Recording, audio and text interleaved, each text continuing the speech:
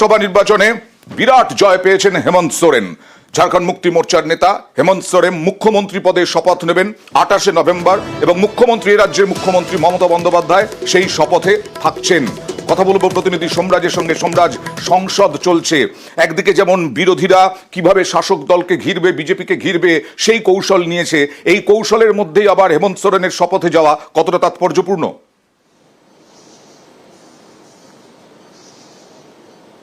অবশ্যই তাৎপর্যপূর্ণ, তার কারণ হেমন্ত সোরেনের যে শপথ গ্রহণ অনুষ্ঠান আগামী বৃহস্পতিবার হচ্ছে, সেখানে ইন্ডিয়া জোটেরও একাধিক নেতা নেত্রীরা থাকবেন এবং সেই মঞ্চে মুখ্যমন্ত্রী মমতা বন্দ্যোপাধ্যায়ের উপস্থিতি নিঃসন্দেহে জাতীয় রাজনীতি প্রেক্ষাপটে যথেষ্টই গুরুত্বপূর্ণ। যেটা সূত্র মারফত জানা যাচ্ছে, মুখ্যমন্ত্রী মমতা বন্দ্যোপাধ্যায় বৃহস্পতিবার দুপুর বেলাতেই রওনা দেবেন এবং ঝটিকা সফরে তিনি রাঁচি যাবেন। যেটা এখনো পর্যন্ত তৃণমূল কংগ্রেস সূত্রে জানা যাচ্ছে যে মুখ্যমন্ত্রী মমতা বন্দ্যোপাধ্যায়ের পরামর্শক্রমেই ঝাড়খণ্ডের ভাবী মুখ্যমন্ত্রী হেমন্ত সোরেন তিনি শপথ গ্রহণের অনুষ্ঠানের সময়সীমা বদল করেছে। সকাল 11টার বদলে বৃহস্পতিবার ঝাড়খণ্ডের মুখ্যমন্ত্রী হিসেবে হেমন্ত সোরেনের শপথ গ্রহণ অনুষ্ঠান দুপুর 3:30 নাগাদ হবে। আর সেই শপথ গ্রহণ অনুষ্ঠানে যোগ দিতে মুখ্যমন্ত্রী মমতা বন্দ্যোপাধ্যায় বৃহস্পতিবার দুপুরেই রাঁচির উদ্দেশ্যে রওনা দেবেন এবং সেখানে প্রায় 1.5 ঘন্টা থাকবেন। থেকে আবার ওই দিনই সন্ধ্যাবেলায় তিনি কলকাতায় ফিরে আসবেন। ঝাড়খণ্ডের মুখ্যমন্ত্রীর অনুষ্ঠানে শপথ গ্রহণ অনুষ্ঠানে যোগ দেওয়ার জন্য হেমন্ত সোরেন ফোন করেন মুখ্যমন্ত্রী মমতা বন্দ্যোপাধ্যায়কে, যেটা সূত্র মারফত জানা যাচ্ছে, এবং সেই আমন্ত্রণে সাড়া দিয়েই মুখ্যমন্ত্রী মমতা বন্দ্যোপাধ্যায় যাচ্ছেন রাঁচিতে। অবশ্যই যেখানে সংসদ চলছে সেই জায়গায় দাঁড়িয়ে এবং যেখানে ইন্ডিয়া জোটের বহু নেতা নেত্রীরা উপস্থিত থাকবেন বলে মনে করা হচ্ছে, সেই জায়গায় সেই মঞ্চে মুখ্যমন্ত্রী মমতা বন্দ্যোপাধ্যায়ের উপস্থিতি নিঃসন্দেহে তাৎপর্যপূর্ণ।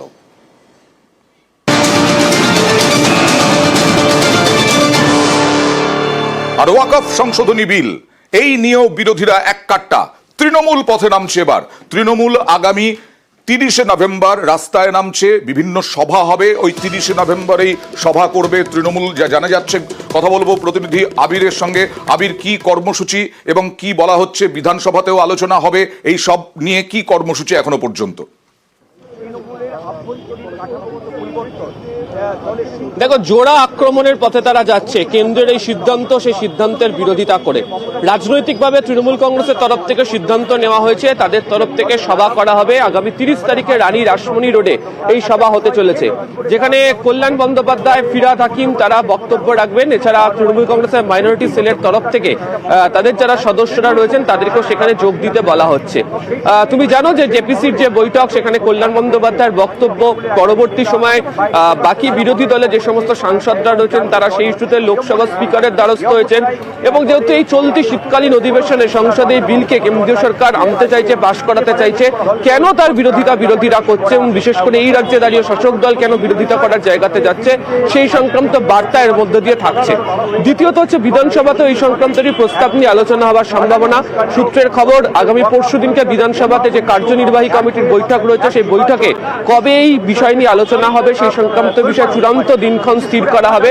তবে এখনো পর্যন্ত রাজ্যের পরিষদীয় দপ্তর সূত্রে খবর, চলতি বিধানসভাতে এই বিষয় নিয়ে তারা আলোচনা চালাতে চাইছেন। আর এই নিয়ে তৃণমূলের এই যে পথে নামা, বিরোধীদের এই বিরোধিতা, এই সব নিয়ে তোপ দেখেছেন রাজ্যসভার সাংসদ বিজেপির শ্রমিক ভট্টাচার্য। বাবা সাহেব আম্বেদকর যে সংবিধান রচনা করেছিলেন তার মধ্যে ওয়াকফ কোথায় ছিল? এটাকে কংগ্রেস পরবর্তীকালে নিয়ে এসছে ভোট ব্যাংকের রাজনীতি করার জন্য, সংখ্যালঘু তুষ্টিকরণের জন্য, এবং সমস্ত বিজেপি বিরোধী রাজনৈতিক দলেরা সেই পথে হাঁটছে। আমরা যারা পশ্চিমবঙ্গের অধিবাসী আমরা জানি যে একটা সময় ছিল যখন কংগ্রেস, তৃণমূল, বিজেপি একই স্লোগান দিত যে ওয়াকফ লুটের সরকার আর নেই দরকার। সেটা ছিল বামেদের বিরুদ্ধে। আর আজকে তৃণমূল কংগ্রেস ক্ষমতায় আসবার পর সবচেয়ে বেশি ওয়াকফ প্রপার্টি তৃণমূল কংগ্রেস লুট করেছে।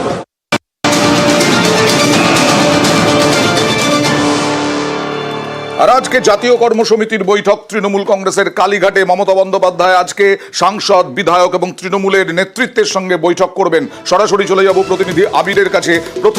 প্রথম বিষয় হচ্ছে, এই লোকসভা নির্বাচনের পর থেকে পুরো এলাকায় সেরকম ভোট পায়নি তৃণমূল কংগ্রেস, তাই রদবদলের প্রসঙ্গ গত কয়েকদিন ধরে আমরা শুনে আসছি। এই বিষয়টি নিয়ে কর্মসমিতিতে কি আলোচনা হতে পারে, কি সিদ্ধান্ত হতে পারে? প্রথমত হচ্ছে জাতীয় কর্মসমিতির বৈঠক, সেখানে মূলত জাতীয় স্তরে তৃণমূল কংগ্রেসের ঠিক কি ভূমিকা হতে চলেছে তা নিয়ে আলোচনা। এই আলোচনার ক্ষেত্রে দাঁড়িয়ে সংগঠন বা সাংগঠনিক পরিকাঠামোকে যদি গুরুত্ব দেওয়া হয় তাহলে যে রদবদলের প্রসঙ্গের কথা নিয়ে গত কয়েকদিন ধরে আলোচনা চলছে সেটা গুরুত্ব পাবে। তবে মূলত আজকে বৈঠকের ক্ষেত্রে দুটো বিষয়ের প্রতি গুরুত্ব দেওয়া হচ্ছে। এক, ইন্ডিয়া জোটে তৃণমূল কংগ্রেসের অবস্থা। তার তুমি জানো যে মহারাষ্ট্র এবং ঝাড়খণ্ডের নির্বাচনের ফলাফল, এই রাজ্য 6টা বিধানসভা উপনির্বাচনের ফলাফল অনেক রাজনৈতিক অঙ্ক বা সমীকরণ নিয়ে বদল নিয়ে এসছে। এবং আজকে যখন বৈঠক শুরু হতে চলেছে তখন তৃণমূল কংগ্রেস অনেকটা বেশি আত্মবিশ্বাসী এবং জাতীয় স্তরে এই বার্তাও রয়েছে যে মমতা বন্দ্যোপাধ্যায়কে সামনে রেখে ইন্ডিয়া যে ব্লক রয়েছে তার সামনের সারিতে রেখে পুরোপুরিভাবে বিজেপি বিরোধিতার ক্ষেত্রে সুর চড়ানো হোক। এই বিজেপি বিরোধিতার ক্ষেত্রে সুর চড়াতে গিয়ে তৃণমূল কংগ্রেসের অবস্থান কি হবে, তার কারণ আজকে থেকে সংসদের যে শীতকালীন অধিবেশন শুরু হতে চলেছে, এই শীতকালীন অধিবেশনে কেন্দ্রের তরফ থেকে একাধিক বিল আনা হচ্ছে। এই বিলগুলোর বিরোধিতা বা এই বিলগুলো নিয়ে তৃণমূল কংগ্রেসের অবস্থান কি? দ্বিতীয়ত, জাতীয় ক্ষেত্রে সংসদের মধ্যে ফ্লোর কোঅর্ডিনেশন করতে নেবে ইন্ডিয়া ব্লকে থাকা বাকি দলগুলোর মধ্যে কংগ্রেসও রয়েছে। এক্ষেত্রে দাঁড়িয়ে কতটা গুরুত্বের জায়গায় বাকি দলগুলিকে নিয়ে তৃণমূল কংগ্রেস যাবে এবং কোন ইস্যুকে নিয়ে থাকবে সেটা অবশ্যই গুরুত্ব পাবে।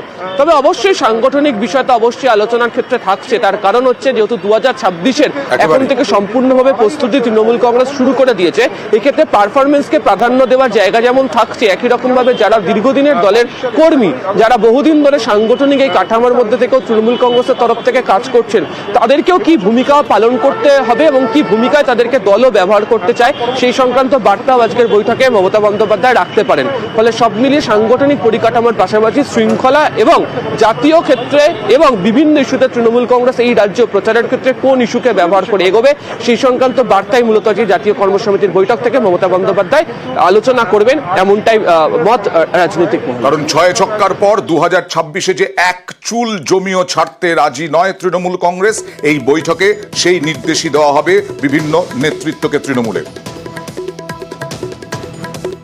আর আজকে সংসদে শীতকালীন অধিবেশন শুরু হয়েছে। শীতকালীন অধিবেশনের শুরুতেই সংসদের বাইরে প্রধানমন্ত্রী নরেন্দ্র মোদী বিরোধীদের তোপ দাগলেন। বিরোধীরা কণ্ঠরোধ করছে, ব্যর্থ বিরোধীরা সাধারণ মানুষের কণ্ঠরোধ করছে। মহারাষ্ট্র, হরিয়ানা বিধানসভা জয়ের পর উজ্জীবিত পদ্ম শিবিরের নিশানায় ইন্ডিয়া।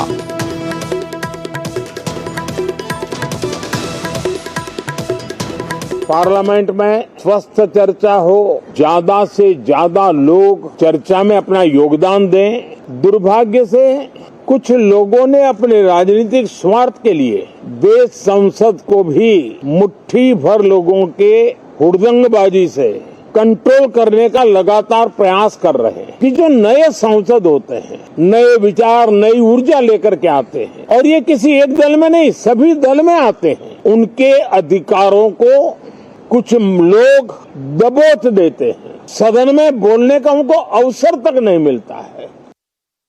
अदानी समूह पर करप्शन, ब्राइबरी और फाइनेंशियल इरेगुलरिटीज के गंभीर आरोप है। जहाँ जहाँ मोदी जी जाते हैं वहाँ वहाँ इस समूह के कॉन्ट्रैक्ट मिलते हैं। देश को बचाने के लिए हमने ये मुद्दा उठाया था, ताकि हाउस को डिस्टर्ब करने के लिए नहीं। मोदी जी के सपोर्ट से ये सब कुछ हो रहा है, इसका असर देश पे पड़ रहा है। ये हम उठाना चाहते थे, लेकिन इसको हमको मौका नहीं दिया गया। जेपीसी गठित करो, सच्चाई बाहर आने दो।